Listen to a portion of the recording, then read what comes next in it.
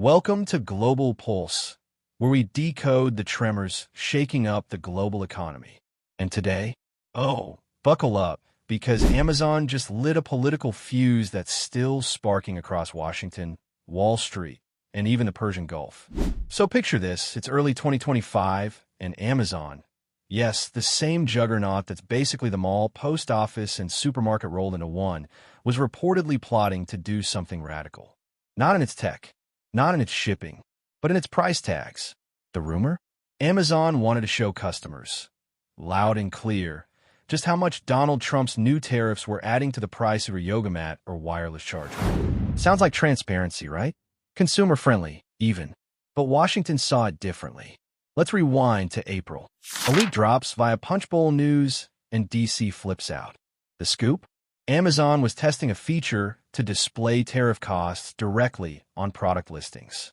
Yep, instead of hidden fees or quietly inflated prices, you'd see the exact slice of the cost pie added by Trump's sweeping new tariffs. 145% on Chinese goods, 10% baseline on most imports. For shoppers? Enlightenment. For politicians? A PR nightmare. Within hours, the backlash hit like a thunderclap.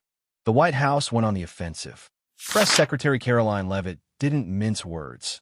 She slammed Amazon's move as a hostile political act. Then, boom, Trump picks up the phone and personally calls Jeff Bezos. Not exactly your average customer complaint. Amazon, caught mid-swerve, jammed the brakes. Fast. They clarified. No, this wasn't a live feature.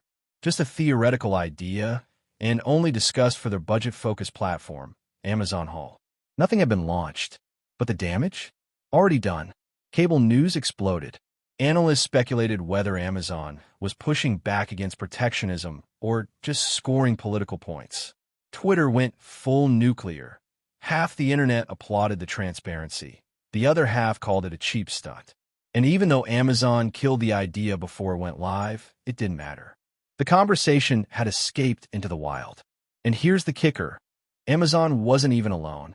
Rival e-commerce players like Shine and quietly rolled out similar transparency tools at checkout, framing them as consumer rights. What started as a simple UX tweak had turned into a high-stakes battle of ideology.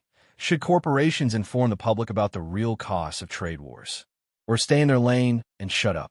That's when the story took a wild turn, from tariffs to something much, much bigger.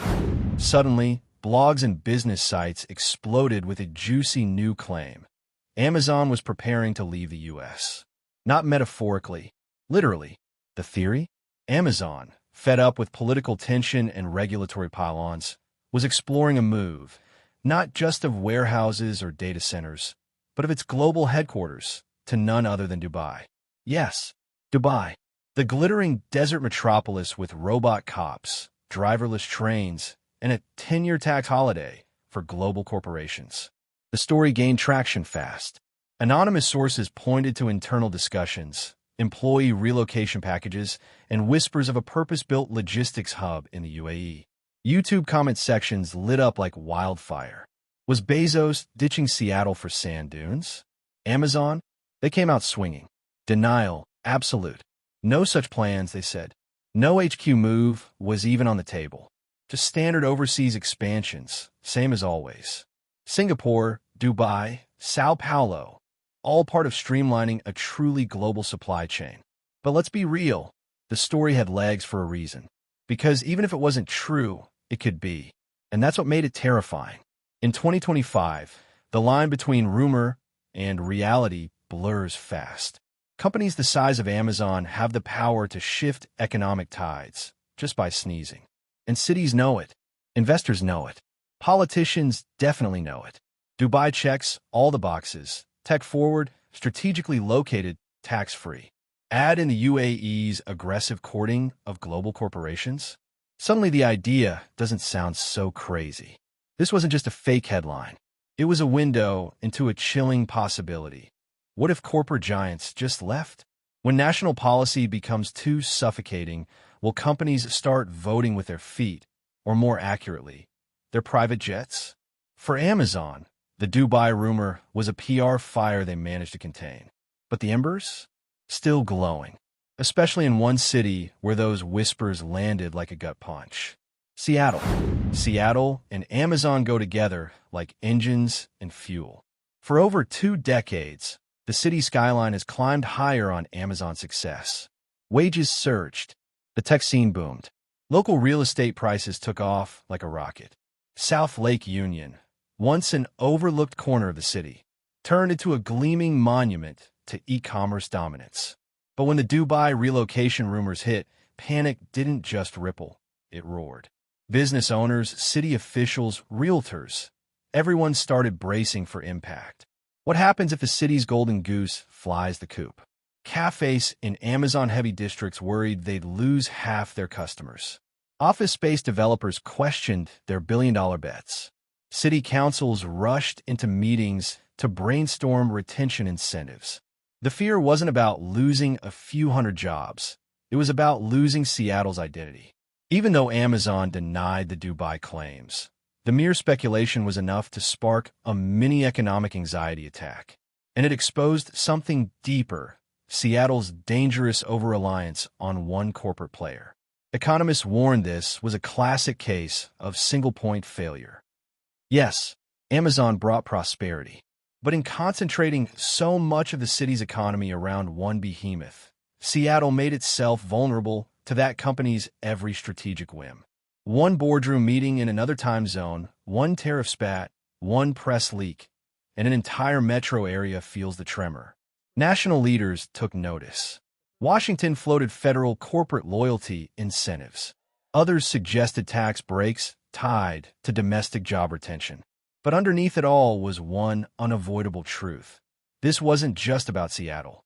It was a warning to every American city hitching its future to a single tech titan. Amazon may be staying put for now, but the psychological shockwave left cities reevaluating their economic game plans. Betting everything on one company might make you rich, but it also means when that company even considers leaving, you're left holding the bag. Now let's zoom out. This wasn't just a messy news cycle for Amazon. It was a symptom of a much bigger transformation, where corporate power, political narratives, and global trade are colliding in real time, right in front of our eyes. The Amazon pricing drama? It didn't happen in a vacuum. We're entering an era where global companies aren't just reacting to government policy. They're shaping it, challenging it, sometimes even calling it out on their homepages. Tariffs used to be invisible, buried in shipping costs, absorbed by margins, passed quietly to the consumer. But Amazon's leaked idea, putting that math front and center, flipped the script. It turned tax policy into a customer-facing issue. And that scared the hell out of politicians. Because once people start seeing the true cost of trade wars, they might start asking questions. And for leaders pushing aggressive protectionist agendas, that transparency isn't helpful. It's dangerous. But here's the twist. Amazon isn't alone. Apple has been lobbying hard for tariff exemptions. Tesla's building new plants in Indonesia. Even Walmart's quietly reshuffling supply chains to hedge against trade volatility. These aren't random moves. They're strategic plays in a high-stakes global chess match. And the real question? Where's the line between transparency and political activism? If a company shows you how much extra you're paying because of a policy, is that honesty or propaganda? Should corporations educate consumers about economic impacts? Or is it the government's job?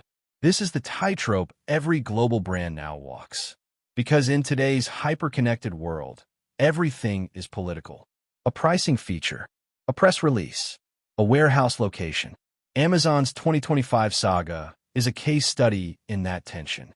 What started as an internal idea turned into a geopolitical flashpoint, with ripple effects across markets, cities, and boardrooms. So what comes next? More transparency? More backlash? Or a cold corporate silence where no one dares speak truth to power? And here's where we leave you with your engine revving. Do you think Amazon should have gone through with its pricing transparency? Would it have helped consumers? Or just poured gasoline on the political fire? And what about cities like Seattle? Should they be diversifying their economies instead of relying on corporate giants? Is the Dubai rumor a wake-up call? or a preview of what's to come? Drop your thoughts in the comments. We're reading every single one. And if you want to stay ahead of these seismic shifts in global trade, tech, and power, don't just watch from the sidelines. Subscribe to Global Pulse and hit the bell. We're here to keep your radar sharp and your perspective global. Thanks for watching. And remember, when corporations and politics collide, the real story is never just what's on the surface.